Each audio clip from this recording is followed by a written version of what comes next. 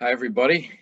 Dave Clark from InspectCheck-net and HomeinspectorTrainingOnline.com.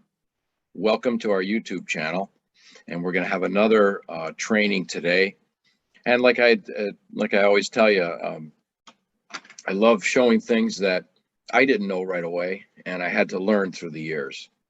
So, you know, as home inspectors, we're generalists, and there's no way we could know every single thing. I've got that video that a lot of people like, says, I don't know. So it's never a shame to say, yeah, I really don't know, but I will find out and I'll get back to you. This was one of those in my home inspection career that I saw. So I'm going to put it up. Let me share my screen with you. I'm going to put it up and let's talk about it. And here we go. Hopefully you can see that. And I'm going to make it a little bit bigger. And so let me give you a little background on this picture. Some of you might know right away what it is. Give you a little background. This is coming off of a boiler, hot water baseboard. And the boiler is, I'm pretty sure it's in this direction, but it really, for the sake of this training, it doesn't really matter. What you can't see, you can see here possibly, I think that is coming from a radiator. We'll just put an arrow that way.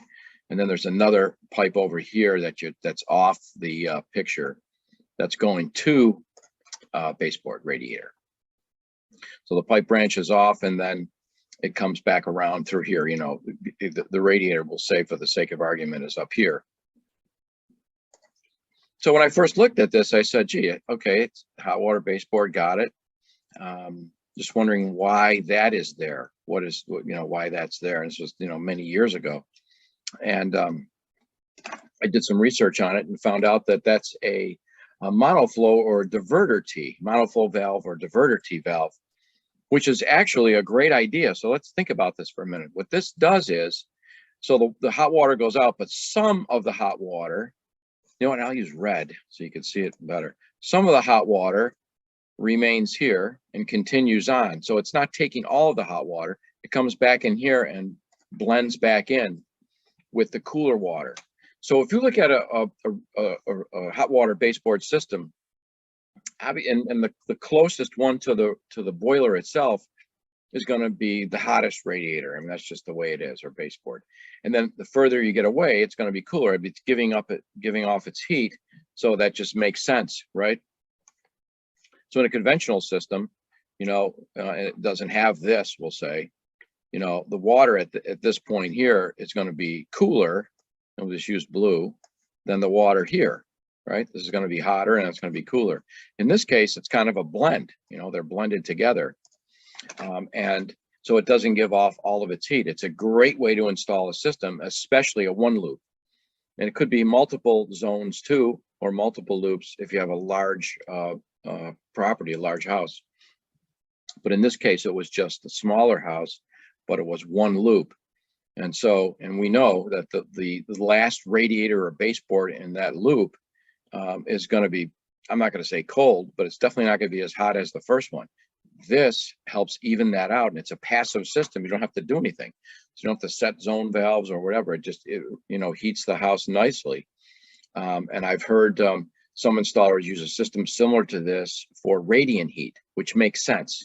So the radiant heat comes off and it's going to be very, much hotter when it comes right off the boiler. And then as it gets to another part of the house, it's going to lose some of its heat and go down. So that's called a monoflow. We'll continue talking about it.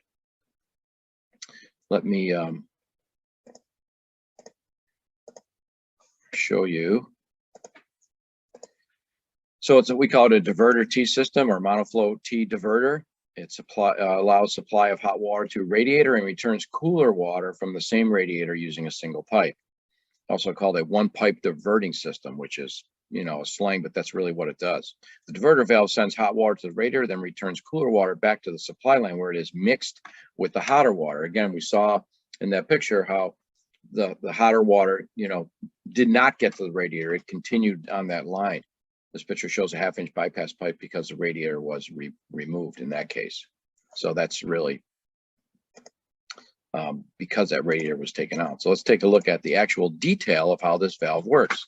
So using a monoflow T and a one pipe system for a radiator or toe space heater, we get hot water coming into the radiator that goes to the radiator, and the radiator will say, again, just for the sake of argument, is, you know, it's coming in here, it's going to the radiator, and then we'll show it as blue because it's cooler, and it's going to return the cooler water here, and it's going to mix together with the hot water.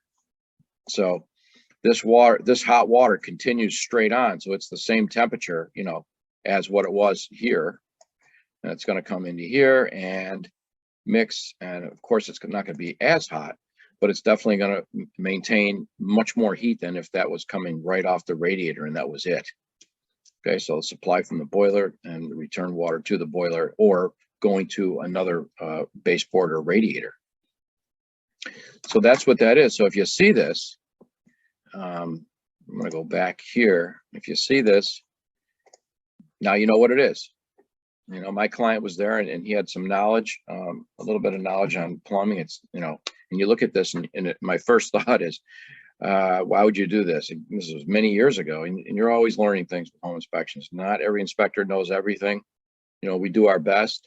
And what I told him is, let me take a few pictures of it. Let me take a look at it. And then as I started looking closer, it started making sense.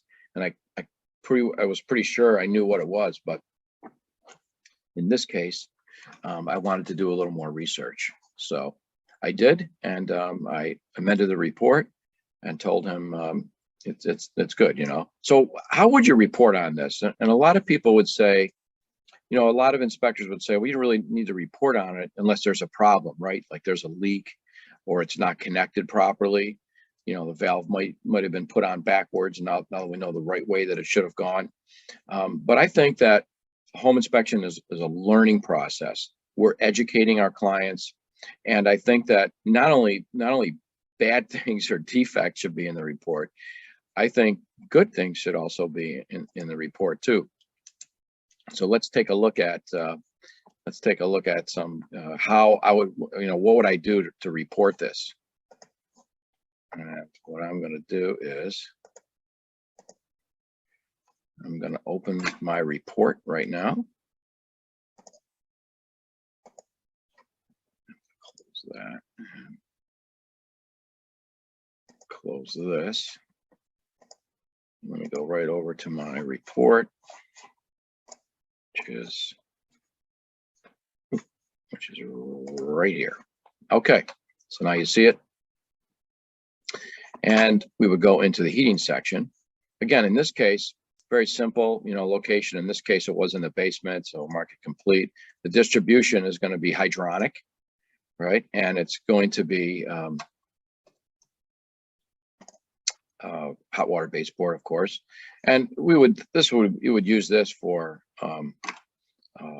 the actual unit itself. How did it look if there was an issue? But in this case, I'm going to go down to supply return, and we can see that there's many different things here. And if we had issues of damage to the pipes, unknown, you know, things like that, unsatisfactory zone valves, we could do that. But in this case, we wouldn't have to worry about it. But the condition will say the pipes are in good shape. I would put satisfactory, and I would write in here and you can make it a monoflow or diverter T, but we'll go with monoflow. Monoflow system is installed. This will increase efficiency.